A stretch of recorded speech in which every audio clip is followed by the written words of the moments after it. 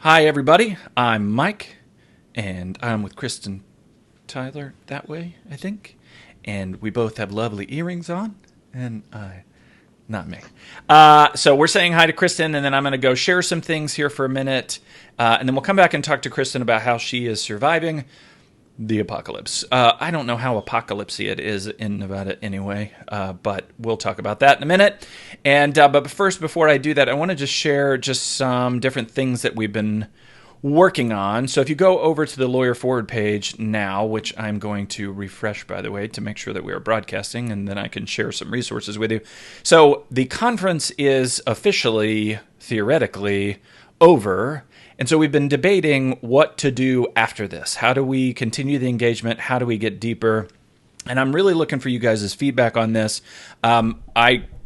With the caveat that eventually it's got to be something I can actually do. So real quickly, here's what I'm thinking.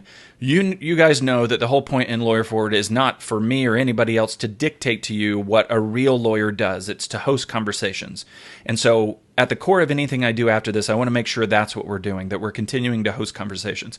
But I also realize that there needs to be some level of commitment. And so there is a benefit to gated content, to a gated community, which is probably just another subgroup. So the way that I'm leaning right now is doing essentially a small group sessions group. If you've ever been to the live event, you know we had the TED stage where we were TED style. You can't literally call it the TED stage. The TED style talks where it was big ideas. I like the idea of keeping this group, the main group for that purpose, and then having a small group sessions room, another page. The way Facebook is done, we have to create a whole other group. It's really stupid. But anyway, over there, we'd get more tactical. So here, I'd have quick conversations about big ideas, and then we'd go over there for additional content, additional conversations, getting more tactical, people able to know, people in it's probably going to be a pay what you can, like a Patreon type model again, and with different tiers of access. So that's where I'm leaning. I don't want to duplicate what other people are doing. Maximum Lawyer has a good mastermind type thing if you're looking for somebody prescriptively telling you what to do in your practice, and they do it really well. Lawyerist has one that does the same. Ernie Svensson's, I'm doing something for his law firm, Autopilot, this week. That's another good one. How to manage a small law firm. If you're into that vibe, you go for it. But I don't want to duplicate what other people are doing. It's got to be consistent with the nature of this group, which is to host conversations. So just know that I'm thinking about that. That's at the core of what we're going to do. Real quickly, I wanted to share a couple of resources with you. Hey, there's me and Kristin. A couple of things. So today, in trying to do this whole thing of figuring out what's next, I was spending time doing business model canvas stuff. I've talked to you guys about this before, this business model generation thing. It's really useful. But because I'm an idiot, I got super anxious because when I went and was doing this on paper, I got really mad at myself because I kept coloring the lines the wrong, like in the wrong place. And I was getting super mad at myself. So tomorrow I'm going to do this on Post-it notes so I can throw things away. And I'll show it to you guys how the business model canvas thing works. But the point is, I was so perfection-y as to just be ridiculous. Here's a really good article from this back office support firm in the UK about why we're this way, signs that we're being perfectionists, that we're not managing our workflow well, some things to do, especially during this time, to deal with perfectionism. I will tell you today, I was incredibly unproductive. It was cold and rainy outside.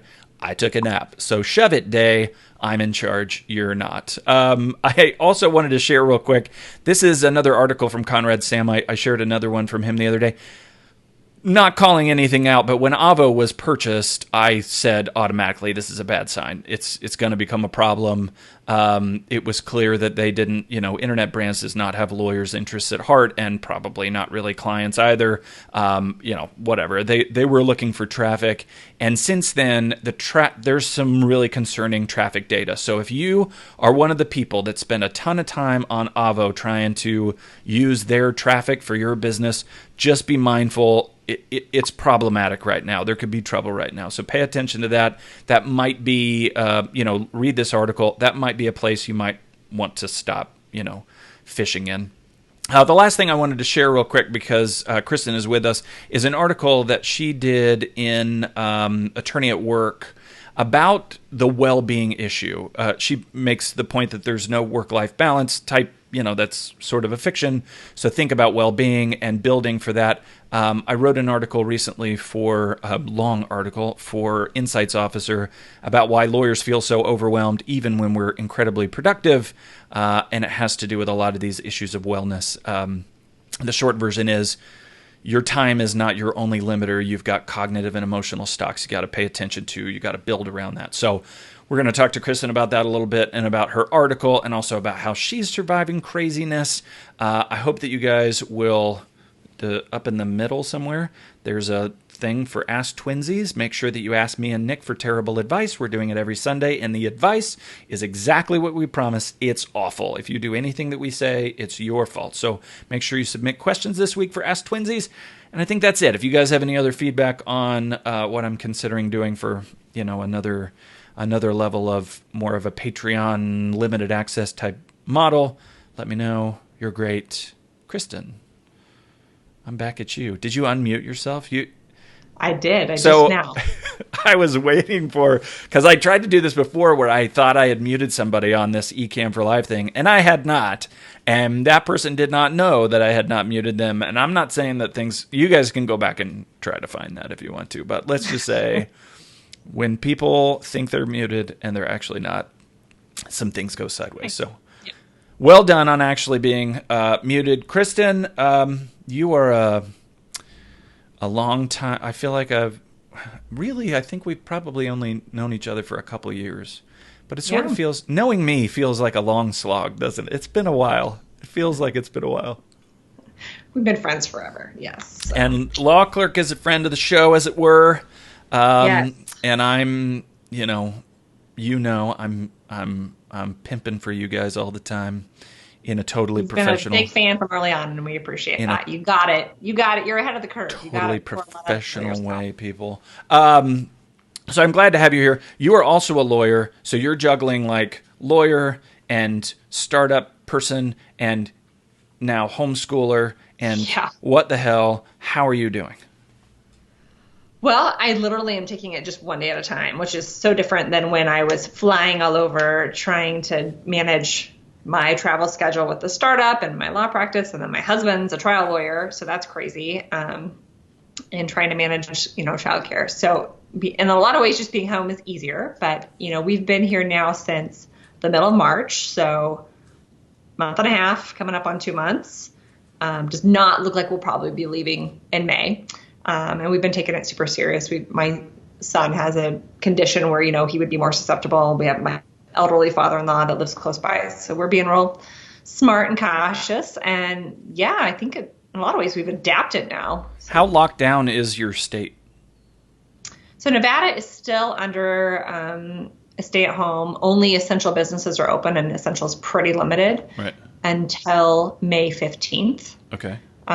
They think that, but our numbers have gone up the last few days. So, we have to do the whole 14 days before you go to the phase 1 if you're following all of these press conferences and whatnot. So I'm not sure if May 15th will really matter. Sorry, when you say our numbers have gone up, you mean the numbers of infected have gone up? Yes. Right. And okay. Yes.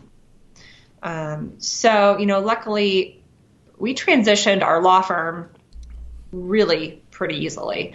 And we transitioned the whole law clerk team to remote, and it's working well. People are productive. A lot of them are saying they like it. Like people that live alone, they're getting a little stir crazy, lonely, would like some human interaction. But for the most part, it's working really well. So even if, quote unquote, Nevada opens up, I don't know that we will. And I'm thankful that we're in a position to be able to do that because we've really set everyone up to work from home. So you guys do, if I recall, you guys do mostly complex bankruptcy stuff. So there's this narrative going around that, yay, bankruptcy, the whole nation is going into the dirt and let's go get more bankruptcy cases. You guys, it may be smart to switch practice areas theoretically to bankruptcy to respond, but it's never a good sign when bankruptcy is a boom market. But anyway, is it a boom market? Are you seeing that in terms of demand on your side? Well, it's not happening yet, but we anticipate it. We actually just hired another associate in anticipation of it. We were, prior to this, still busy enough that we were at the point of like, do we hire someone or not? And then we found the right candidate. We're like, yeah, let's add one more team member now to make sure if the cases come in that we think will or ready. That being said, I also want to make sure, in case people like have comments or something, I'm not a bankruptcy lawyer. I'm like the lone goose at my firm. I do estate planning and probate. So my world's a lot different. Well, everybody's dying too. So yay, estate planning and probate. Yeah. The narrative behind everybody's going to be okay. You just have to shift practice areas. Look at, go be the the person who works at the funeral home or in the what do you call it, the cemetery. Yes. Everything will be fine. Like, it's still bad, guys. Like, it's cool that you can go do that service, but that's got some downstream. But your firm, if I'm remembering right, you're not doing consumer level bankruptcy. You're doing like company bankruptcies, right? Okay. Yeah. So complex theoretically, restructuring. That would be sort of a lagging indicator anyway. So you've got the time where you're saying we're expecting companies to start going under in 6 months or whatever, depending on cash flow. Yes. Okay. Exactly. So you're staffing for that. But you've seen some headlines, like I saw the other day. Oh my gosh, I just totally went blank. J. Crew. Yes. J. Crew, major retailer. Yep. I love J. Crew. They're filing. They've also been having some killer sales. This is a J. Crew shirt. If only I had waited for the bankruptcy, I could have gotten this for sale. Yeah, they would have pretty much given it to you, but that's okay. Yay, economic destruction. So did you see the proverbial spike in estate planning that did it then level off, or how is estate planning as a practice area working? Well, so I'm an anomaly right now because, my focus, I'm kind of basically on a sabbatical from the firm. I'm helping existing clients, my existing book, which they have a lot of things going on all the time anyway. So I am busy, but I have no active marketing right now. So I'm not trying to get those cases. Because you're busy with law clerk, presumably. Yes, exactly. I only have so much time, and that's my focus right now. So I can't really give you a good temperature reading on that just because I'm not actively marketing for it right now. Well, tell me about the law clerk side of it then. What are you seeing in terms of, I think you mentioned in our meeting was like 2 weeks ago, and it feels like it freaking forever ago. Are you still seeing the jump in people getting online? Is it just on one side? So law clerk serves sort of two sides, the freelancers who want to do work and the lawyers who have spillover work to give. Are you seeing growth in both sides or one side, or what are you seeing in law clerk? We are seeing growth on both sides, which is encouraging. So, everyone keeps saying, are you seeing an onslaught of the freelancers because people are getting furloughed and laid off? We've not seen that yet, at least. I think some people are trying to wait it out and see if they can go back to their firm, or they may be just enjoying a break and collecting some unemployment. I don't know. But we're not seeing like a huge onslaught of freelancers. The company had strong numbers in March and stronger numbers in April. Mm-hmm. So, we're also getting feedback from a lot of people that they're taking advantage of some of this. I don't want to call it downtime because everybody I talk to is still crazy busy, but they're taking advantage of not having things like a commute and court time and travel time to finally take the plunge into delegating some work, figuring out resources. So we are having a lot of people that just claim they've never had time before use this time to their advantage to try us out, which is really encouraging. Yeah, we talked with George Saharis of Clio about sort of the data that they're seeing, and they saw this dip in intakes across the system, but an increase in billings, presumably because people were not busy with intakes and with travel and with whatever. They're just trying to empty the trust account, right? So they're just billing work. Yeah. Yep. So curious to see that they're. Oh, I meant to add that. Anyway, so they added a site where they're updating this data more frequently. So they were doing, the legal trends. I saw that. You saw the bar graph? Yeah. It's really interesting. So they did the legal trends report, and they were doing it once a year. But they're going to update it more. I don't know if it's once a month or once every 2 weeks, but they're trying to show what the trends are. And I'm curious to see, because they always have an end of the month spike in billings because people are just billing out their cases at the end of the month. Right. But I'll be curious to see if that's, staying stable, because eventually your trust account is empty, right? Like at some point you got to go get new cases. Yeah. Right. But yeah, I've always liked, I mean, I could tell the Jess Birkin story about 1,000 times of her going and creating a new product that didn't exist before, and creating the capacity through Law Clerk for skills that she didn't have.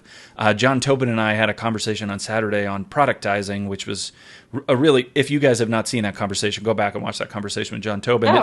It's basically about, taking knowledge that you have and needs that your clients have and creating new ways to make money that didn't exist before. And you can use something like Law Clerk to create the sourcing capacity that you didn't have before. It's, so I could rant about that, but I won't.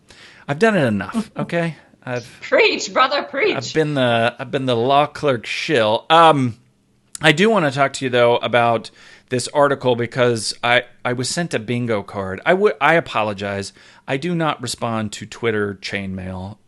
It is not because I don't love you. It was that my tweet set off a little firestorm. One guy was not very happy to be on my tweet. It did. About the bingo game. Yeah, so apparently he's really busy. And, I don't know if you saw this Twitter back and forth yesterday, but Marisa Portuondo went and tried to find me on Twitter and found another bald-bearded Michael Whalen who lives in Tulsa, Oklahoma, who is a lawyer. And she thought, so we've got like a new twinsy. And anyway, so there was this whole back and forth. And there's a third? There's a triplet? There is, yeah, my wife was like, what do you call it now? Dude, is it triplies? Like, what do you call it? Triplies? So, we're trying to figure out this poor guy, all he did in his life was look sort of like me and be unfortunate to have a name like me. And now he's going to be Twitter stalked by the lawyer Twitter crowd. I apologize, Mr. Michael Whalen. But let's talk about this balance thing because you're doing it. Tell me what's good. So you put out this article. It's not theoretically tied to, like, were you trying to time it for, who decided that this was Wellness Week or whatever you called it? The ABA. They have a committee, and this is their first ever time they've done a Wellness Week for lawyers. Talk about timing, right? That's so on brand for the ABA. That's awesome. So we, a big part of our mission is related to lawyer well-being because we want to be a resource for lawyers who are feeling stressed out because they have too much work to have a resource to get the help they need when they need it in a very flexible, accessible way. The flip side, we also want to be a resource for lawyers who feel like, hey, I'm a little bit underutilized. I could take on some more work. I wish I could make a little extra money. We want to connect the two. And so well-being in that regard is a big focus of our mission. And we wanted to try to have a little fun this week. I, on a whim, wrote that article, and Attorney at Work was really nice to put it out there. And the whole thing about my strong dislike of the word balance is very true. If you know me, I have very heated opinions about the word balance. It is laughable, that's for sure. And well-being is definitely my personal focus. I find that male lawyers toss that word around a lot more freely than women lawyers. And female lawyers, every time they hear that word, are like, I'm going to stab you, like right in the face. I've noticed that trend. Yeah. Yes. I'm going to put my pen in your eye if you say the word balance one more time. You're talking, I'm looking on Twitter for for your bingo card. Well, I'll post it in the limited Facebook group if you want me to. But the whole idea is, so we made a bingo card because this is something that's kind of been going around and it's fun. And you just look at it and you see what you've done to take care of yourself in the last week, and can you make a bingo? And then challenge a couple friends, and just to get people to think about, simple ways that they can incorporate some things to take care of themselves. I noticed some of the ones that you did not check. So now I'm judging you. I'm looking at your... Uh-oh. You did some... Was retail therapy one of the options? That's funny. So you did that one. Absolutely. You did not bake something. You did not make time for rest. There was no social media break or nap. Naps are really... I say that every weekend. I just want to get a nap, and it never happens because I have a 5-year-old that does not nap. Drank more water and less coffee. The reason that I like that you did not check that one is that right next to it you meditated. And I'm just imagining you super hopped up on your 7th coffee, doing the... like with your eye twitching and you're trying to... but yeah, you gotta meditate in the morning before coffee, and then you hit the coffee, and you have a turbocharged day. That's the trick. I like super meditate. I meditate like a wired ninja. Hey, Kim Wilson. Kim Wilson's with us. Hi, Kim Wilson. So anyway, Did you hear the guy at the Clio conference that talked about the Nappuccino? Did you hear this conference? I did not. This idea? I did not. I forget what the guy's name, but there was a speaker at ClioCon last year, and the whole idea is to have a Nappuccino. So what you do is you after lunch. This is supposed to be after lunch. You have your afternoon coffee, whether it's coffee, cappuccino, whatever, a monster for you, and then you chug the coffee and then take a nap. And apparently it takes 20, 25 minutes for the caffeine to hit your body. So the combination of the nap with the caffeine is supposed to give you an extra boost. You know what I found as an aside, and this is probably totally unhealthy. My wife had gotten me some go-to-sleep pills, and there was a bit of green tea caffeine in it. And I was like, that is super weird. And basically it gives you a little jump, and then you crash. And then you go to sleep. And so you go to sleep. Oh, Kim. Do they work? You take them? I did. But I sleep sort of whenever I want to. I sort of train myself to sleep whenever I want to. I could just fall asleep. It's weird. My wife hates it. So Kim pointed out, I didn't know this. It was Dan Pink that you're talking about. It was Dan Pink's book, When, that you're talking about. Yeah. That's right. Yeah. Yep. Thank you, Kim. Which I had read the book, so I didn't go to the talk because I had already read the book. But because I like Dan Pink. I totally try to copy his writing style. Anyway. So, if people want to participate in this stuff and do the bingo, whatever, and because I didn't even realize that there was such a thing as Wellness Week. I did not even know that was a thing. It's the first time. We are just blazing new trails, Mike. As an aside, what's really funny is Kim just posted Daniel Pink it completely changed the way I work. What matters is when it originally posted on the right where I see the comments, it looked like Daniel Pink was posting a comment, and I was waiting for him to get mad at me for calling him Dan or something because it's abbreviated, and he's professionally Daniel, but his real name is Dan Pink. Yeah. Thanks, Kim. Anyway, if people want to play bingo with you, where do they go? We have posted the blank card on all of our social media platforms, so maybe I'll put it in the group if that's okay with you. And the whole idea, you just do a screenshot, and then you use your little editor thing, and you mark off what you can get, and see if you make a bingo. And it's just meant to be fun, lighthearted. But make sure you challenge some friends, pass it on, and see who. And if you get the whole card, okay, so one person on our team, we have the whole law clerk team do this. If you get the whole card, that's called a bingo blackout. I mean, I suppose in hindsight, we should have offered a prize or something if you got bingo blackout. But that's old lady heaven right there. Many players that can get a bingo blackout. Yeah. So. Slept in, check. What is that one? Called a friend to chat, check. I talked to Jess. I actually talked to Jess today. Yoga? There you go. I mean, I yoga I don't yoga. I made that up.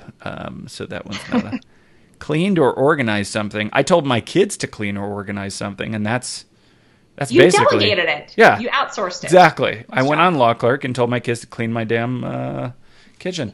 Well, Kristin, I appreciate you. I would expect people to go follow you on the Twitters if they don't. What is your Twitter's handle? Just Kristin Tyler?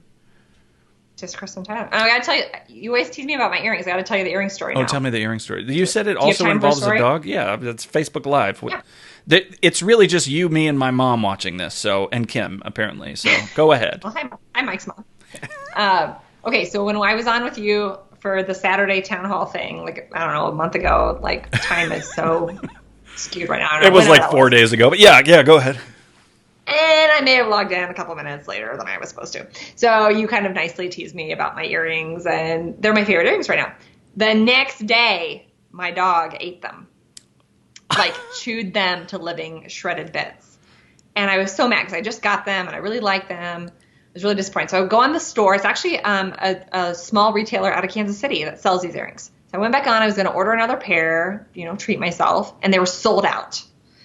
But luckily, I kept checking, and they finally came back in stock. So now these earrings are the bones of my dog's femur. I'm just imagining you losing it on your dog. I keep these far away from the dog's reach now that I know he apparently likes them. I don't know. Thankfully, he didn't swallow them. I caught him with the earrings in his mouth, just chewing and chewing and chewing.